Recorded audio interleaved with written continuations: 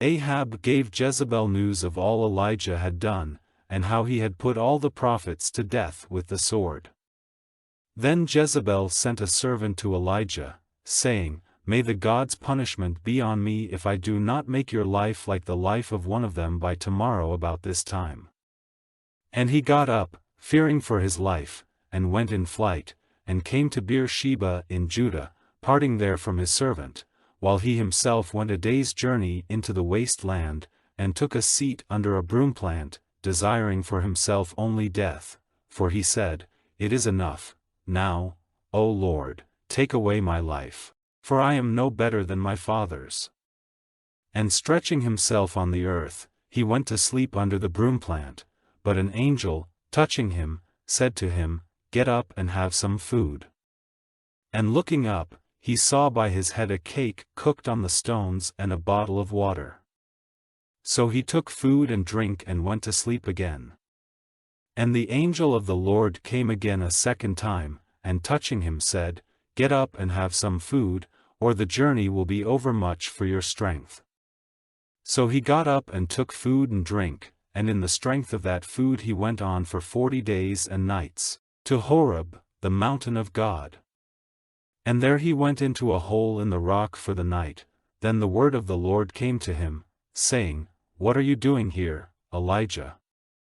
And he said, "I have been burning for the honor of the Lord, the God of armies, for the children of Israel have not kept your agreement, they have made destruction of your altars, and have put your prophets to death with the sword, till I, even I, am the only one living, and now they are attempting to take away my life." Then he said, "Go out and take your place on the mountain before the Lord." Then the Lord went by, and mountains were parted by the force of a great wind, and rocks were broken before the Lord, but the Lord was not in the wind. And after the wind there was an earth shock, but the Lord was not in the earth shock. And after the earth shock a fire, but the Lord was not in the fire. And after the fire, the sound of a soft breath. And Elijah, hearing it, went out, covering his face with his robe, and took his place in the opening of the hole. And there a voice came to him saying, "What are you doing here, Elijah?" And he said, "I have been burning for the honor of the Lord, the God of armies, for the children of Israel have not kept your agreement, they have had your altars broken down, and have put your prophets to death with the sword, till I, even I, am the only one living, and now they are attempting to take away my life."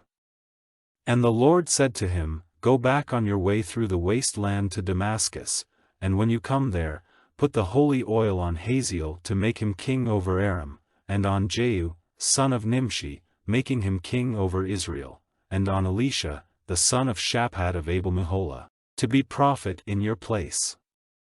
And it will come about that the man who gets away safe from the sword of Hazael, Jehu will put to death, and whoever gets away safe from the sword of Jehu, Elisha will put to death. But I will keep safe 7,000 in Israel, all those whose knees have not been bent to Baal, and whose mouths have given him no kisses." So he went away from there and came across Elisha, the son of Shaphat, plowing with 12 yoke of oxen, he himself walking with the 12th, and Elijah went up to him and put his robe on him. And letting the oxen be where they were, he came running after Elijah, and said, "Only let me give a kiss to my father and mother, and then I will come after you." But he said to him, "Go back again, for what have I done to you?" And he went back, and took the oxen and put them to death, and cooking their flesh with the yokes of the oxen, he gave the people a feast. Then he got up and went after Elijah and became his servant.